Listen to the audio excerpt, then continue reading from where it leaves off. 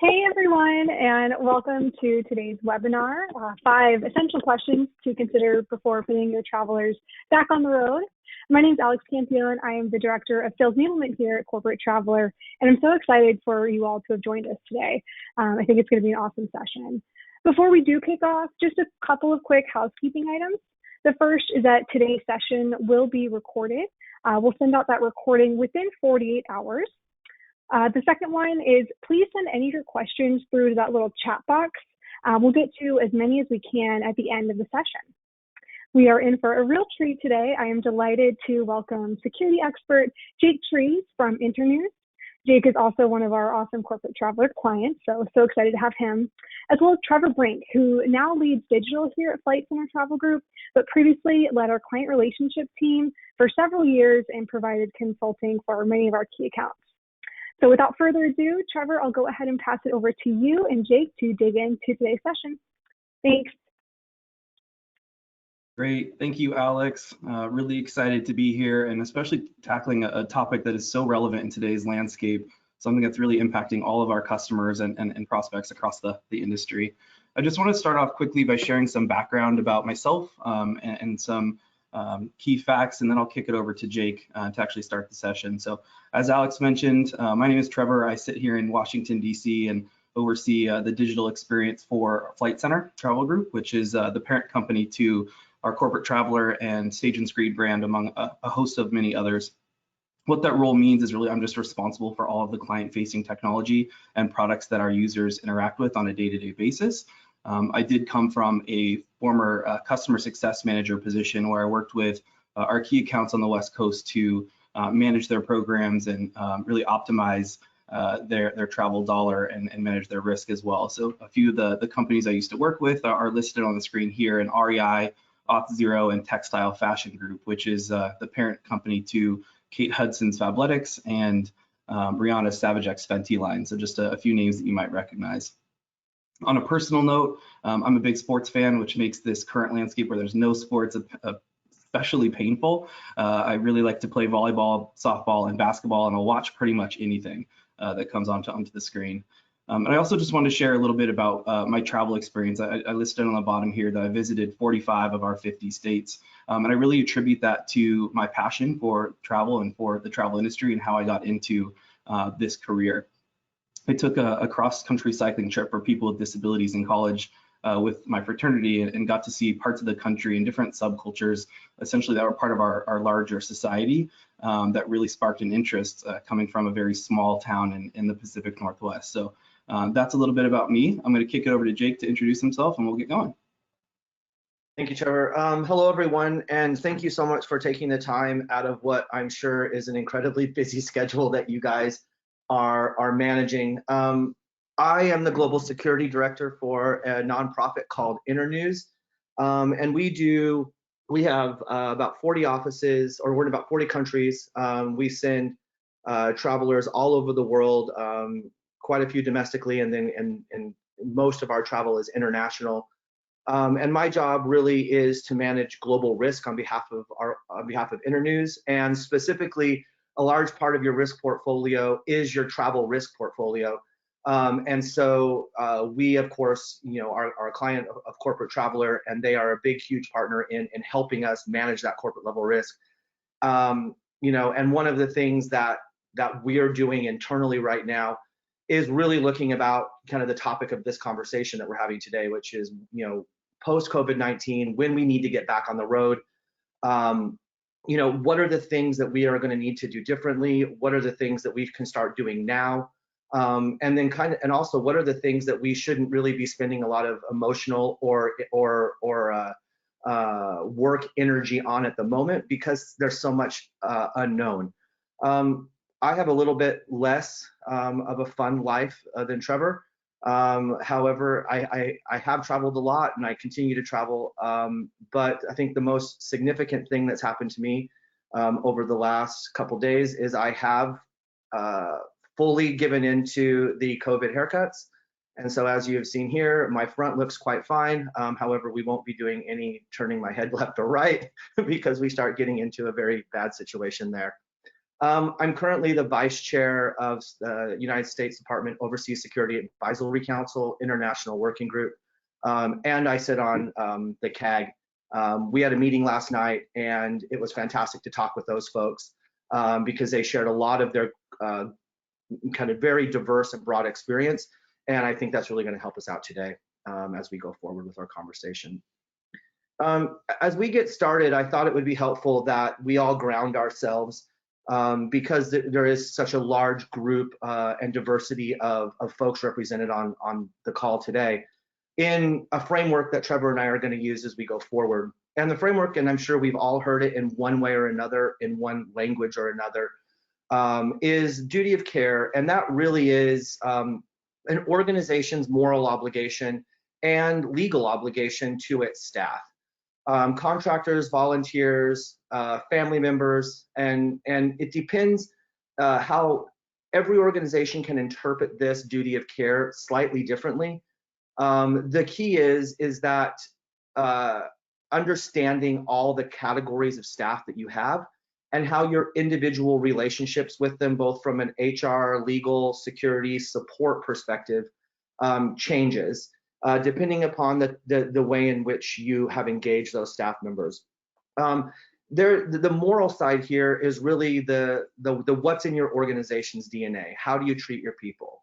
And that is also backed by the legal side, which is there's some case law out there that really clearly states that an organization is better placed to understand risk and communicate that risk than a staff member is and that's a really important principle as we go forward, especially as together, you know, I'm one of you guys, so I'm struggling with the exact same things you're struggling with.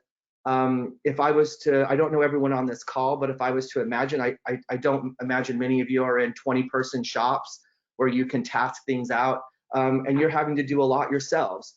And so I wanted to kind of lay out this framework because I think it might help us to look at this giant elephant meal and maybe take bite-sized chunks out of it. So firstly, I think, and this is where we are now, and this is where I think a lot of our conversation today will be, is how do we prepare staff for this new risk and this new challenge? And also, I think it's going to bring about new conversations in some ways, and we should be open to those. And I've done a lot of thinking with my colleagues and my fellow security colleagues around how we can do that. We also have a large chunk of work here where we have to keep staff informed while they're traveling. And I really can't think of another moment in my career where this number 2 box is going to be so challenging because of the global nature and the incredibly kinetic security environment that we're operating in right now. And so this is going to be an area where I think we'll get a lot out of. We need to also have the plans in place to get home safely in an urgent situation. I think as we look at international travel versus domestic travel, that might pose some new challenges for us that we should be thinking about before we deploy people. There is going to be a huge part of follow-up care and support, particularly if someone has a negative experience. But even expanding that box, I think we're already seeing a lot of organizations on this call, and I know a lot from my sector. We're doing a lot of this caring and psychosocial support now through our internal communications, and we're showing people that we care about them through our actions currently. And I guess what I'm really hoping we can do as an industry is make sure that that same focus on care and that same focus on support, when we start seeing things open up, drifts through into getting back on the road. And then I think there is a large chunk of work here where we probably are going to have to put some pen to paper and come up with some new policies and procedures, maybe a few new workflows that we may have decided because of our size or because of our risk tolerance or risk threshold of our organization, we didn't need to do in the past. But as we approach this challenge, it might be something worth considering depending upon where you currently fall on that duty of manage or that duty of care spectrum. And then there's another principle here, which I think is going to be really important as we talk to our people, is there is a duty of loyalty, and that duty of loyalty is kind of the other side of the same coin, which is our staff that we bring on board. They also have a reciprocal obligation to the company to make sure that they do follow the appropriate procedures. And as we talk about the different type of travelers we have, we all know those travelers who naturally buck the system and want to do their own thing. And I think this might be an opportunity for us to look at some of those behaviors and help explain to them why that's going to be a challenging in the future going forward. The next section, and Trevor, if you wouldn't mind scrolling up, the next section that I think is going to be important from a pillar perspective for our conversation today is this idea of foreseeable threats. There's a lot of case law around foreseeable threats, but the key is that we need to provide a reasonably safe work environment. And if I was to put kind of commas around something reasonable, and I think reasonable is where we get to that, what is the community standard in some ways? And the community that you're in kind of sets that standard and sets that reasonability.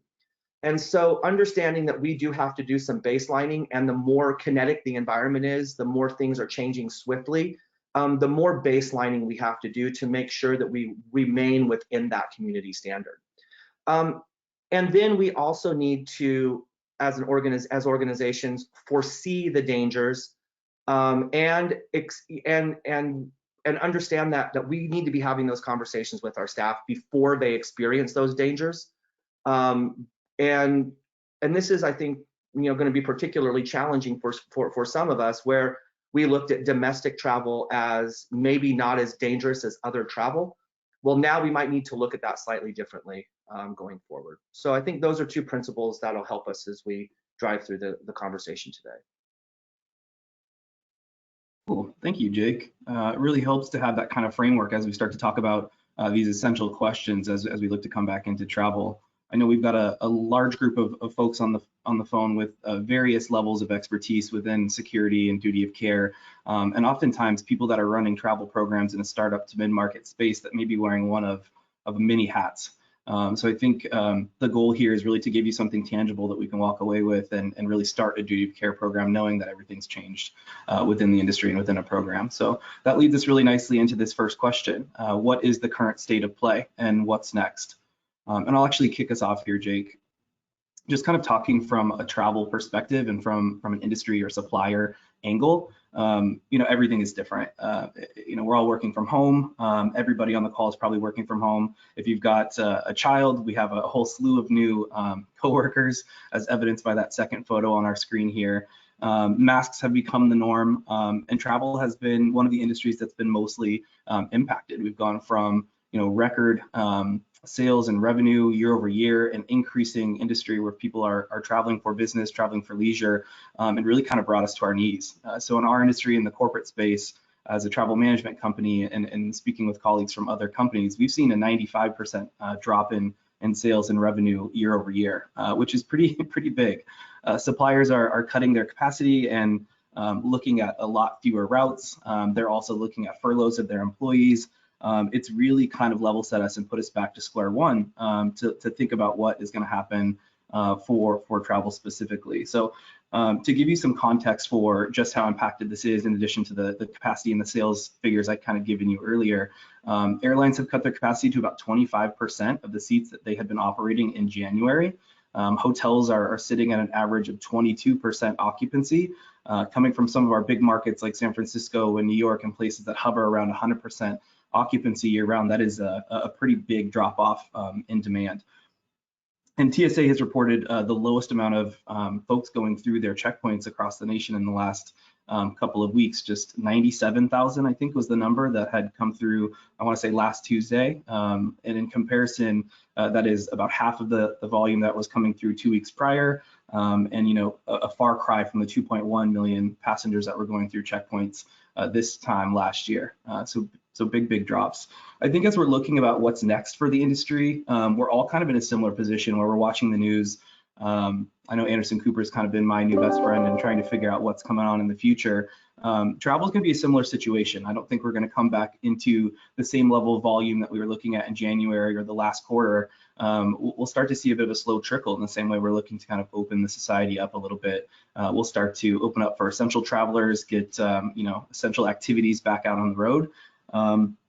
And I think we'll be looking at a bit of a new normal, akin to probably the post 9/11 world that we lived in, where we saw things like a bulletproof, cockpit door, and we saw things like TSA as it stands today. I think we'll start to see a similar situation with cleanliness, safety protocol, and that becoming a part of the norm, and what suppliers are doing in order to kind of keep us safe on the other side of this pandemic. So. The good news is we are seeing some good indicators of travel picking back up in China already for people that are a little bit further along in this pandemic. So we assume that we're going to have a similar kind of demand in the next couple of months, assuming there's not a wave 2 or 3.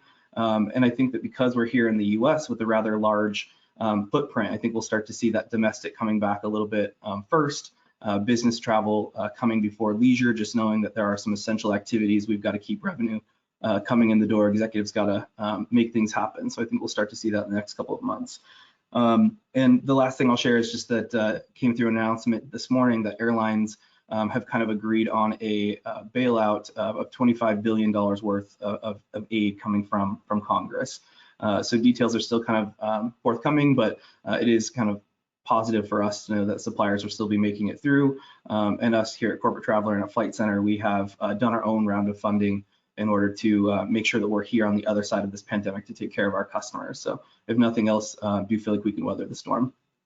Jake, from a risk or a security perspective, is there anything you'd like to add here? Yeah, I mean, I think just in general, what we're seeing is, and kind of what we're anticipating, is a huge government marketing, public opinion push to get people back out and get things back to normal. And I think that this could, whilst it's going to be a very good thing for the economy, I think it could also put our people in a tension. And so as I'm looking at it right now with our folks is we're looking at how do we need to open things up? Do we need to look at our current risk assessments that we have on the board and redo those and add new threats in there and add new mitigations? Right now, I think that, as Trevor said, I also agree that I believe we're going to have travel come on in waves, and domestic travel will probably be first. And I think just from a hard, security angle, I think the duty of care and the risk associated with domestic travel is going to be something that organizations are going to want to, whereas before they might not have thought it through. From the pre-deployment phase back to the return phase, we may need to be able to do that and put in practices and policies in place. And the reason why is because as you begin to travel now, we generally assume that if you start your travel in Seattle and you end your travel in New York, and then you return from New York to Seattle, that you're roughly under the same risk profile. However, as we know from what we're hearing from the scientists and what we're hearing from government, is that this might likely come back in waves and it might pop up in different spots and locations. So from a risk and a travel manager perspective, is we might need to look at those locations and as a location opens up, increase travel to that space. And then as that area reaches a certain threshold that we as an organization feel we might need to throttle back travel, that we turn off that travel and push travel to where we are hearing that it is a more safe location. As we start looking at international travel, I think this is going to be a much larger discussion for us, and one that we're already having now is when we start having to deal with other governments, we have to start deal with visas, we have to start dealing with entry procedures, and then as we look at kind of what is the medical capabilities in those countries if they are battling COVID, for non-COVID related medical problems, so an appendicitis or a heart attack or measles, all of those type of things that we would naturally see, is how is that going to impact our travelers' medical experience, emergency medical experience, in a country that's also in the midst of either the current wave of infections or a subsequent wave of infections. So that's kind of what we're looking at going forward in the space. Great, and that leads us really well into our next question. So Jake, is now the time to classify your workforce? Yeah, I mean, I think this is a really good exercise that organizations that haven't done this in the past should really consider doing. And the reason why is right now we already know in our industry our travelers. Like in my industry, we call them the cowboys, missionaries, and mercenaries. And you know, we know the cowboy mentality. They're just going to get up and go. The mercenaries out there, they're like, hey, if the money's there and I need to make the money, I'm going to go. And the missionaries are ones that kind of really feel the mission. The key things that all of those categories have in my community is they all are willing to take a different level of risk personally. And as we look at kind of the larger business traveler community, I think we have kind of our problem children who we know kind of break the rules, who book on the side, who really impact our leakage. So we're not able to track them as well because they don't use our systems as consistently. We also kind of have our normal business travelers who are seasoned and know what they're doing and are light touch, and they just want a good solid experience. And then we also have our travelers who maybe are a bit more on the diva side or a bit more on the high maintenance side. I think that now that we know who those travelers are within our organizations, as we lay on this new threat, we're really going to need to spend some time with those travelers and see if they're still where they are. Because as we start looking at essential travel, we also have to start looking at those folks within our organization who were essential travelers in the past, because they might be experiencing different pressures than they have been than they were before this started. So for instance, if someone is the primary caregiver and has pre-existing conditions and they have yet to be infected with COVID, then they might be unwilling to take a travel risk, whereas someone who is already or someone who doesn't have those underlying conditions, who is a bit more risk adverse risk has a higher level of risk, they may be willing to take certain levels of travel. And why I think it's really important for the organization to grab this and to really decide what is essential travel and non-essential travel is because as we look at all of those different staff members, we need to be the leveling force. The organization needs to be the leveling force that says, this is what we feel is essential right now and non-essential, and stage that as we go. So as situations get better, as more information gets out there, as we start seeing protocols, policies, and procedures become more common practice, then we will start moving down the list from essential to non-essential travel. But right at the beginning, there's going to be significant disruption to the passenger journey. And we are going to have different conversations with folks before they go on their travel. And depending upon where you are, you might not be experiencing this in the same way as your colleague in another location. My family and I'm from Idaho, my family's in Idaho, and when we get on the phone, we are viewing this in a completely separate way. Because in my little hometown in Idaho, all they know is they're not working right now. But as I sit in Washington, D.C., and I have international travelers pulled back from the field, I'm seeing it in a very different way. And your travelers and your staff and employees are going to be feeling that same tension. And so what I would say at the moment where we should be at is determining who those essential travelers are now. And that is a good way to determine what are the essential trips that need to be taken. Where do we want to go? What do we need to accomplish? And starting those conversations right now. Because as you open up those conversations with those travelers, they are, I would say they're probably an incredibly informed audience at the moment because they're home, they're watching the news, they're deeply into this. And so by asking them their thoughts, their concerns, it's going to help you build a new travel program to help them mitigate their fears going forward. A perfect example is last night we had a client advisory group meeting, a CAG group. And one of the questions that was posed to us is, hey, how would you guys feel about traveling in September? What was going through my mind was, ooh, this is the first time I've been asked this question, actually. And I chose not to answer on that call.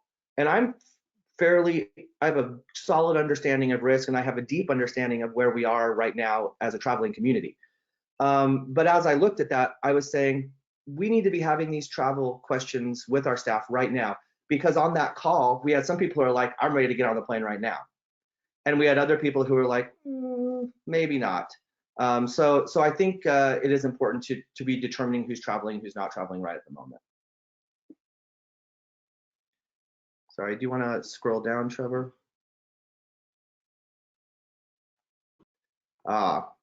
So how will this impact the business traveler?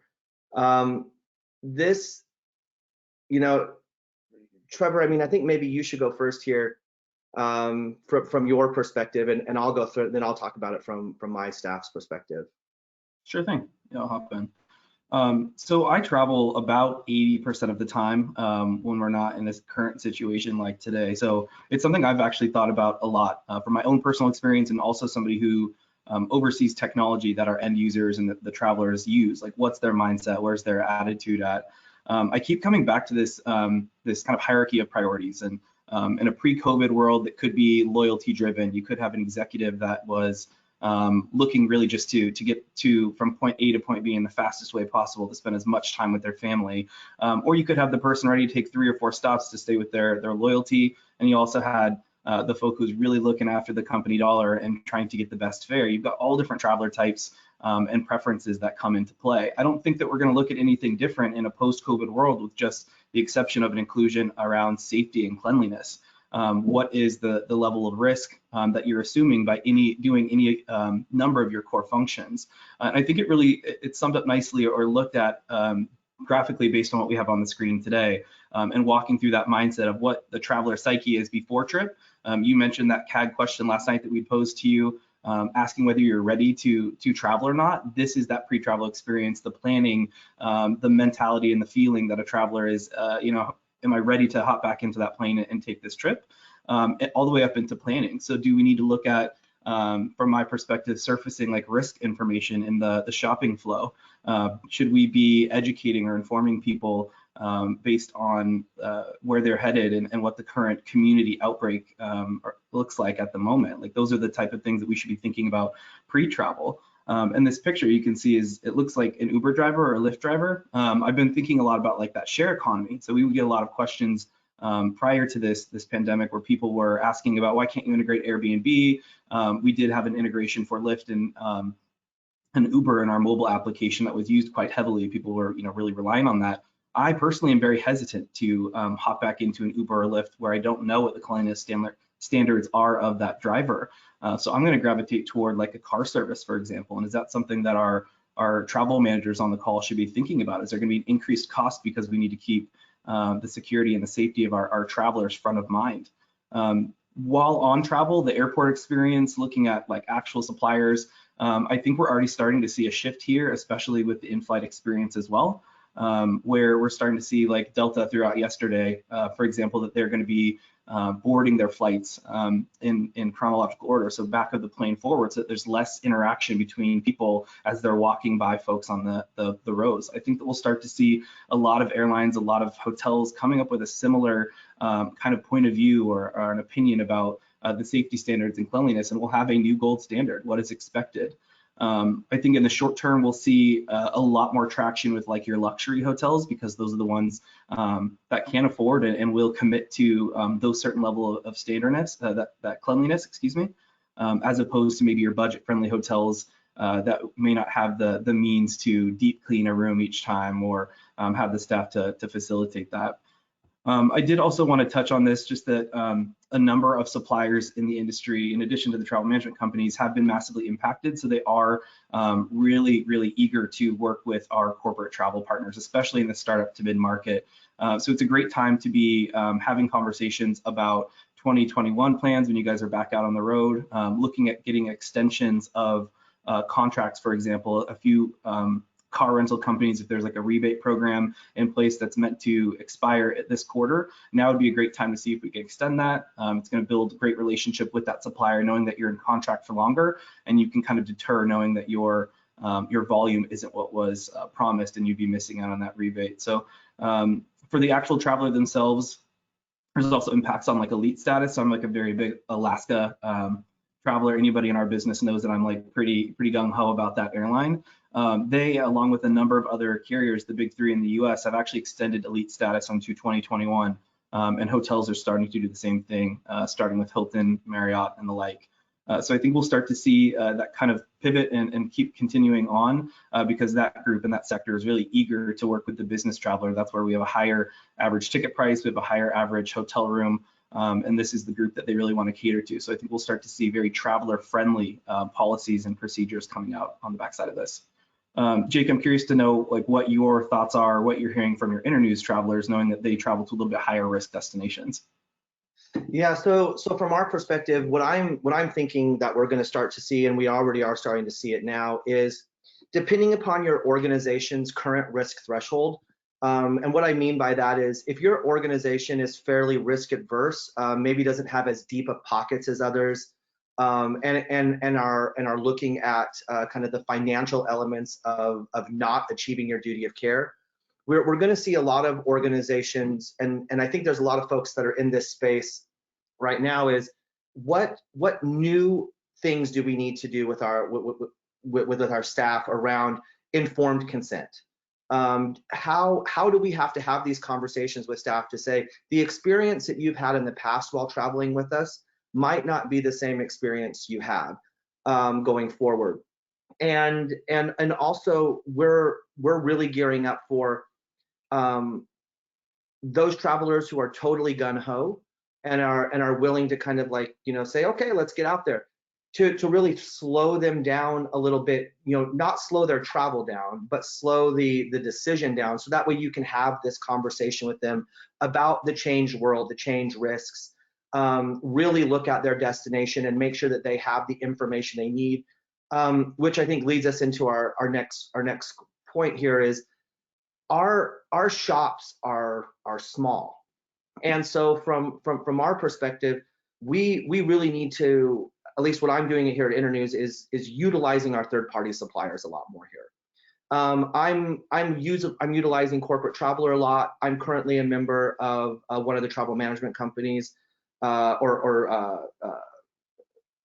International SOS. There are many others.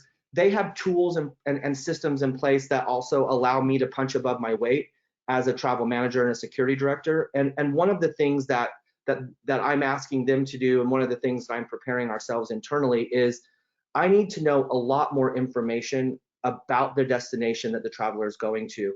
I need to be able to answer a lot more questions, mainly from the medical side and the service side from my staff before they go. There's going to be a whole slew over the next couple months of recommendations and guidelines and protocols and procedures that folks are going to be pushing around, and we're going to need to be able to identify the one that we're going to use as the organization, or the mix of them, and prepare our traveler with that. So for instance, are we going to create travel kits for staff that have the certain things in them, you know, hand sanitizer, a mask, and, you know, all the way down the road? And are we going to make that mandatory, or is that voluntary?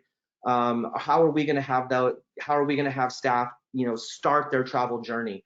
Are we going to ask them right off the bat through one of our online tools around kind of, are we going to instigate like an approval process if we didn't have one in the past? And how rigid is that going to be?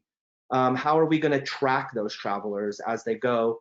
And then if we have to make quick last-minute changes because of a threat that's popped up that wasn't a threat when we initially booked, we're going to need our third-party suppliers to help us out with that, so that way we can turn off travel or redirect that travel going forward. So as we look at kind of what tools that we're going to need, I really think the more automation we can get to help manage that passenger and traveler workflow is something that I'm looking at deeply. And we're already, and I think the key to that is by starting the conversations now with the travelers who you think are going to go first. That's going to really help me, and I think it would help all of us understand what their needs are right now, and help them think through that. Absolutely. And I think from our side, Jake, the real key you tapped into a few times in this presentation is really leaning on your partnerships. So you mentioned ISOS, you're obviously a corporate traveler customer. Most TMCs will have some kind of traveler tracking technology or risk management technology available to their customers. Our platform is called CT Secure and comes complimentary as a part of our standard service offering. So if you're a current customer of Corporate Traveler or a prospective one, I encourage you just to kind of reach out and get a demo, get that enabled within your program and start to create a bit of a formal risk management and duty of care platform for you. The other point that I'll make is really around online booking tools, because we know a lot of companies, especially with a larger domestic footprint, will have a large amount of online adoption. So you may want to look at and revisit the configuration of your online booking tool a lot more frequently than you have been currently, where the focus is we only update it every time we have a new supplier, a new preferred supplier, or a new policy that comes out. You may want to stay on top of those alerts that we're sending you about critical conditions and making sure that the destinations that you're traveling to fall into approved behavior and are available in the online booking tool, or disabled or require some extra level of approval. I would typically advocate away from hard stop approvals just because I find it's very clunky and kind of tough for the user, and also tough for you as an admin running the program to kind of manage that frequency and being alive and present at all times, and go toward maybe like a pre-trip approval, right, where there's a vetting out of should you be taking this trip, this destination, before they actually get into the shopping, holding, and booking experience to kind of mitigate that friction or that pain for the end user. So that's kind of my piece on the technology and partner stuff. We'll take a little bit bigger picture from here, and I think this is really why a lot of our listeners probably dialed in today to hear from you, Jake, is this question here. How can you prep for the return of travel within your organization now? Yeah, so I think this is really the meat of what we should be doing at the moment. One of the things that we're looking at right now is understanding your organization's risk tolerance, because that's going to be key. Is if you understand your organization's risk tolerance, then the next thing you can do is set your organizational risk threshold. And what I mean by that is, what level of risk are we willing to take? How many travelers do we want to have out at a given time? Where are those travelers located? At what point do we turn on and off travel? Because like we said before, as we look ahead, I really feel that there's going to be moments where we're going to want, over the next 18 months, let's say, that we're going to want to turn travel off to a certain location and then turn it back on. And we need to make sure we have the mechanisms to do that. And that really is about kind of journey management around understanding where your travelers enter the system, where they are at on their journey, and then making sure that you have a group or an individual already identified to make those decisions on the fly. And the reason why I think this is going to continue to be important is right now we're seeing some governments are acting very quickly, literally overnight, to make sweeping changes. And we're seeing this pop up all over the world. And so at a travel's booked, they go to sleep, they wake up, and there's a new policy, procedure, or restriction that comes into place. Which, if they're mid-journey, that can be incredibly challenging from a journey management perspective, because do you want them to continue on and experience that at their end location, or do you want to stop them and then bring them back home or move them to another priority? The other thing that I think we're seeing from a critical questions to ask ourselves are, it's not just COVID-related problems that we're seeing now, particularly when we look at international locations. There's the follow-on risks that naturally come from something this drastic: economic hardship, increases in crime, increases in petty theft. All of those are going to start to hit our travelers. And I think having those conversations early on is going to be a choice that you guys make, and there might be a technology solution as well. But as I look at kind of, if I was to say where should you start right now, is do you want to require assumptions of risk for them? Like, do you want people to say, yes, I assume these risks, I understand what the organization can do, and I understand what they can't.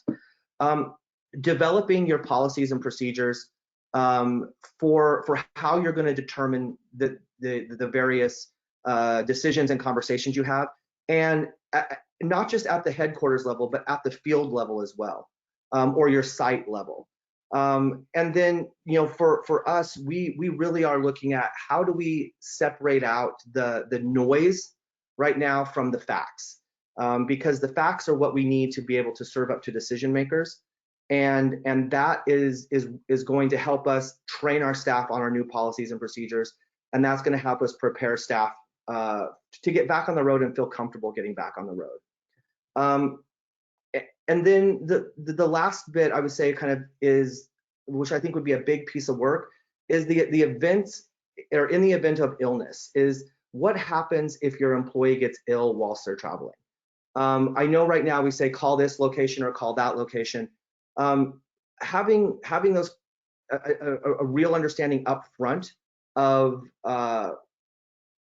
if you have a COVID-related illness, how is your staff member going to be treated versus not, and how do they need to present at those various medical centers of care, is going to be super important for your traveler, because that traveler is going to go through a journey experience. Then they're going to come home, and they're going to share that experience with your other staff. And so making sure that they understand right up front all of those concerns is going to be key. Sorry, my notes have gone offline. So Trevor, can we go back? What was the slide above? Is it just the critical questions to ask? Okay. Yeah. The other thing that I think we should look at is look at your key functions. So HR, sit down with your HR teams and ask them what specifically are the 3 or 4 things that they need to do before they put travelers back on the road. And that's really looking at your employment categories across the top, and your insurances that support those employment categories, and making sure that all of the risks, the COVID-related risks, understanding, you know, are all of these travelers, do they get the same level of care from there? Your legal team, sit down and with them and say, you know, do we need to do anything different in our process around this? And then from your senior executive and your leadership teams, really let them know that these are, and this is going to be a hard conversation, I think, in some ways, is let them know that this is a new risk that we might have to look at differently, and ask them how they best want information in this space. Do they want a weekly update? Do they want a daily update? Do they want you to take the lead, or do they want some other group in your organization to take the lead? Because that's going to be key for you being able to move quickly and make decisions quickly. The other thing that I would really encourage folks to do is broaden out your formal and informal networks. And so right now, really look at, from a formal perspective, what formal groups are you involved in, and what formal networks and chat groups are you a part of with other people of your ilk, because that's going to help you understand the community standard that they're setting, and it'll help you as well share information. But also open your informal networks. You know, reach out big. You know, I'm involved in probably 5 or 6 Skype groups, and they're all about different levels of risk. And one of the things that we talk about there is every time something comes up, because my role is much more international, I need to know what's happening in Malawi. I need to know what's happening in Kenya. I need to know what's happening in Bangkok. And as we look at the international information, it's just coming so quick and fast right now, that having that informal group of folks to help keep track of it is really key. Trevor, can you go back up one a little bit? Can you go up one slide? There we go. Now, as a tool to help you through that process, I think that this might be a good tool. And the general rule here is you should have some activity in every one of these boxes, depending on your company and your current commitment to a duty of care strategy. And right now, so how do you prepare? Do you have an updated health and safety policy that brings in the risks associated with COVID? Do you have pandemic and safety procedures? Now, when we look at like, oh man, I have to develop a pandemic plan now, I don't think that's going to be as hard as we think. I imagine much of what you guys have already done. You've done a lot of internal communications. You've changed a lot of your policies and procedures already. You've made new connections, and you have throttled down as we naturally entered into this crisis, because it was a rising tide crisis. It kind of came at us slowly versus a big bang where it all happens at once. So if you just take stock and pull all that stuff back together, I believe that what you will have is the beginnings of, if you need to re-implement this going forward, that you can roll out much of those same comms to your traveling staff or to your very location-specific staff. And then you should, and then also risk assessments. Make a positive decision on risk assessments. You either it shouldn't be something that we just let drift. It should be something that we either say, hey, we're going to do this, or we're not going to do this, and this is why.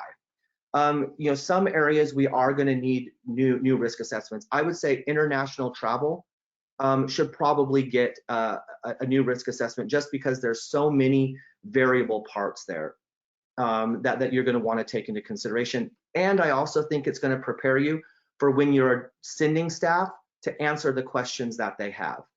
And then, think globally. What I mean here is, travel tracking is going to become absolutely industry standard and key. If you know your programs and you see that you have significant leakage in how your staff are booking, or you have multiple booking agencies and they're not all feeding in to the same way that you can track your traveler, that's probably something that right now I would say is worth seriously looking at and fixing, and making sure you're driving all of your staff through a similar or the same process where you can track them going forward. Because this is such a large group, there is a difference in where we're at. I think that we should probably be moving towards pre-departure travel briefings, at least in the early stages. Now, they are a burden, they are a time burden. But they're, going back to our previous slides, there are tools and technology that can help you do this. So for instance, Internews uses a bolt-on with our travel tracking process, where when a member of staff books a trip and it gets ticketed, they then go into a portal and they have to answer specific location-specific risks and understandings for that environment, so they get pushed that information. But then we have very specific things that are individual to our company that they have to ask. And so, like, have you read the security policy here? Do you understand that we might not be able to do X or Y based upon the current environment? And making sure that the staff kind of go through that process every time is a good way to force a stop in the travel booking process, where the individual thinks about the level of risk they're about to take. And 18 months, we might be looking back on this saying, ooh, that was a big exercise. But I do believe that's what's going to help us get staff back on the road. So as we look at this chart and kind of flow across it, I would say, look at the stuff that's blue, and those are things that I would consider are very community standard at the moment. And you should have activities in each of those boxes. And if you already are well along your way in the blue section, move towards the green. And that's going to help you kind of fully, more fully flesh out your program. And of course, with questions, we can talk much more about that going forward. All right, final thoughts. I think we're kind of at 10 minutes. So final thoughts for me are, really stay plugged in at the moment and stay involved, because we're about ready to hit all the change and all the experiences we've had over the last couple of months. We're about ready to hit a whole bunch more. And there's going to be new guidance, new policies, new procedures that are going to come on board. Companies are going to be producing new products. You're going to have, hotel groups kind of certifying clean. You're going to see new pandemic protocols come into place for those, new COVID protocols that might look a lot like the bed bug protocols. If we have a member of staff or we have a customer who's in this hotel and they are experiencing X, Y, and they have COVID, we then are going to do X, Y, and Z. And that's what we're committing to do. And then your passengers or your customers might want to be like, I want to go to that hotel chain because they have that level of commitment. So stay involved, broaden your circle, make your informal networks big, talk with other clients, use your account manager to really make sure you're linked in at the moment, and then find ways to share that back with your company so that they know that you are the point of contact and you have the most information here. Because that's going to really help them have confidence in the fact that when you have to pull the plug on certain travel, or you have to say, hey, let's turn off this location and turn on this one, that you really are in the mix. Find the best way to get the best information to the decision makers in your organization right now. There's so much noise that's moving around, and different folks are looking at this threat in a different way. So being able to clearly understand how your organization is looking at this threat, that's going to help you understand what information they need to continue to operate as is normal. The other thing I would do is, we've talked about informal and formal networks, but normally in organizations, I've found that we have emergency management teams or crisis management teams that are delegated authority to respond to events or emergencies. As this is a protracted crisis, that team might not be able to meet all the time to do what you need it to do. So find the decision maker in your organization and ask them who has the delegated authority to manage travel as we go forward. Things as we go to sleep one night and wake up, and we might need to make very quick changes. Because that person, if it's you, that's going to be a significant strength for you able to manage your program. But if it's not you, you're going to want to make sure that person has the same level of information that you do, and also that you are on the same page about the need for travel.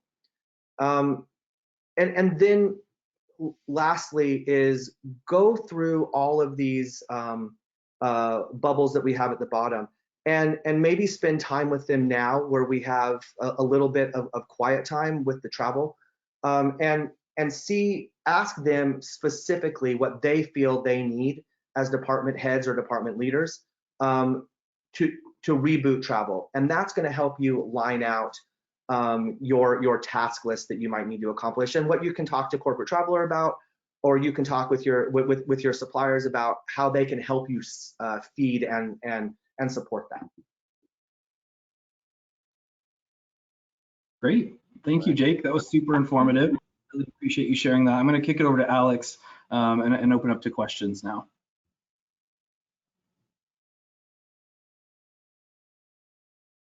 And click it again.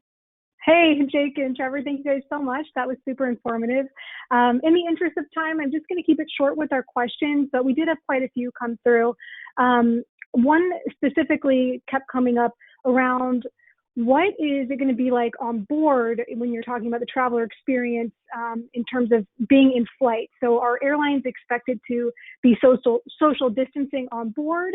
Are there going to be more flights or fewer flights? Is there any way you can make some predictions around what that onboard experience will look like? And maybe, Trevor, that's one for you with the points that you made about the experience in number 3. Yeah, happy to spread some knowledge on that one. So currently what's out in the market is really kind of a no middle seat policy. Delta came forward with that one again kind of before, and the other airlines have been following suit, really trying to create social distance while on the aircraft. We don't really see it as an issue right now, to be honest, with the volume. We're talking about single digits on a couple hundred passenger planes at the moment. But as we come back into travel and that ramps up, I think that's a very legitimate concern that the airlines will have to come out with a bit of a protocol or a policy. So whether that's splitting up rows of the aircraft, to Jake's point, kind of providing a wellness kit, a mask, sanitizing the seats. I think you'll start to see them come out with a formal stance and how they can achieve social distancing and make sure that they have a bit of a safety and a cleanliness standard moving forward. Definitely. Awesome. I think we have time for one more question quickly. Jake, I think this one was more directed to you, especially about the point you brought up about somebody asking you about September travel. So the question is, when would you feel comfortable putting people back into the field for international travel? Is September a realistic timeline? Yeah, I mean, this is the question, right? And as I look at it, kind of three things are going to change, either or need to change before we can get travel back to normal. The first one is either public opinion, increased testing, and understanding where the virus is peaking and where it's not, and the information around what are the essential services in that destination location, knowing that information, and also knowing the information about that particular passenger journey. You know, what am I going to experience at these various checkpoints? What am I going to experience at immigration? Having a very clear picture in that box, I think, will help travelers get back on the road more quickly. Because then that's kind of, you know, risk avoidance in some ways. The next thing that will change, I think, significantly is if a therapy comes on board, where a therapy will drop this down to a more manageable risk that folks can understand and feel more comfortable with. I think we'll see a pickup in travelers there. And then, of course, when we're going to be back to normal is probably when we have a vaccine, which is a bit of time off. So is September a realistic date? I think for essential travel, it will be. For some locations, and we're going to see the industry respond to that pent-up need. And when they start offering that, then it's going to be up to your organization to decide when is it right for me to put travelers back on the road, and which travelers do I put back on the road. And when you start to marry those things up, then I think you're going to start to see folks trickling back in to the system. Definitely. Awesome. Well, thank you so much. And I did want to end with kind of a comment that we got, Jake, directed towards you, that said, your hair looks like a very nice military fade.